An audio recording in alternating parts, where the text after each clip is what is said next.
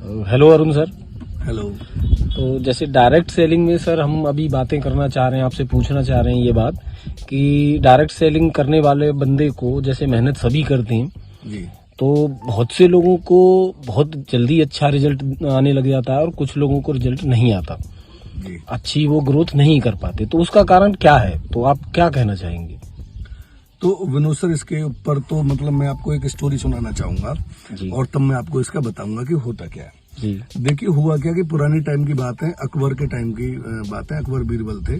तो एक बार अकबर ने बीरबल को ये बोला कि बीरबल हमें एक हवा महल बना के दो, हमें एक हवाई महल बनाओ। जी। तो बीरबल ने बोला कि ठीक है महाराज, हवाई महल बनाता हूँ, लेकिन इसके लिए 2 लाख सोने की मोहरें लगेंगी और 3 महीने का मेरे को टाइम दो। तो अकबर ने बोला ठीक है, मोहरें भी देता हूँ और टाइम भी देता हूँ। दोनों चीजें दे दी गई। अब बीरबल तो अपना मजे से 3 महीने के लिए अपना मजे मारने लग गया। 3 महीने के बाद में अकबर ने बोला कि बीरबल हमको ये दिखाओ क्या प्रोग्रेस चल रही है, हवाई महल जो हमने बनाने के लिए आपको बोला था उसकी क्या प्रोग्रेस चल रही है। तो बीरबल बोलता है ठीक है आओ महाराज मैं दिखाता हूँ। महाराज को लेके गया, तो जिस ग्राउंड पे लेके गया वहां पे क्या किया था, बीरबल ने तकरीबन 1000 तोते, पैरट्स 1000 तोते एक पिंजरे में बंद कर रखे थे और महाराज के आते ही वो तोते उसने खोल दिए और वो सारे तोते आसमान में उड़ने लग गए और तोते आपस में जो बात करने लगे, शोर मचाने लगे, ईंट लाओ गारा लाओ, ईंट लाओ गारा लाओ, ईंट लाओ गारा लाओ, ईंट लाओ गारा लाओ, ऐसा सारे तोते चिल्लाने लग गए। तो अकबर देख के चकित रह गया, बोला बीरबल को, भाई बीरबल ये क्या मजाक है, हमने तुमको हवा महल बनाने के लिए बोला और आप हमें हवा महल की प्रोग्रेस दिखाने लाए हो और ये तो बस हवा में तोते उड़ रहे हैं, ईंट लाओ गारा लाओ, ईंट लाओ गारा लाओ। बोला महाराज ये देखो तैयारी चल रही है हवा महल बनाने की, हवा का महल तो हवा में ही बनेगा ना। अब ये ईंट लाओ गारा लाओ चिल्ला रहे हैं तो इसका मतलब ये हवा महल बनाना सीख रहे हैं और ये हवा महल बहुत जल्दी से बना के तैयार कर देंगे। तो अकबर को ये बात समझ में आ गई कि हवा महल कभी बनते ही नहीं है, हवा महल होता ही नहीं है। ठीक है, हवा महल कुछ होता ही नहीं, महल बनेगा धरती पे, धरातल पे। अब इस स्टोरी को सुनाने का मेरा तात्पर्य ये है आपको कि नेटवर्क मार्केटिंग में आने के बाद में बहुत सारे लोग ऐसे होते हैं कि जो बड़े लीडर्स को देख के, बड़े लीडर्स को सुन के, उनका मोटिवेशन सुन के मोटिवेटेड तो हो जाते हैं, लेकिन उनको असल में धरती की कहानी जो है वो सीखना नहीं चाहते।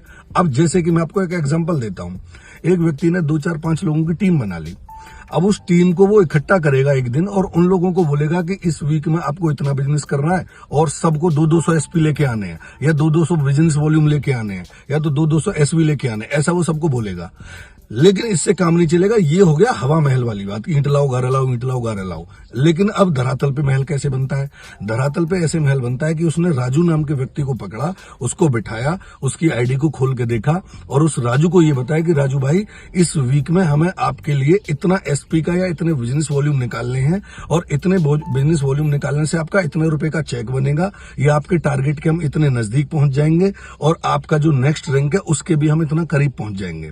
कहने का मतलब ये कि अगर आप किसी से एक एसपी भी निकलवाना चाहते हो, एक बिजनेस वॉल्यूम भी निकलवाना चाहते हो, तो आपको उस एक बिजनेस वॉल्यूम की एग्जैक्ट इंपॉर्टेंस आपको उस व्यक्ति को बताने में अगर कामयाब हो जाते हो तो आप धरातल पे महल बना पाओगे।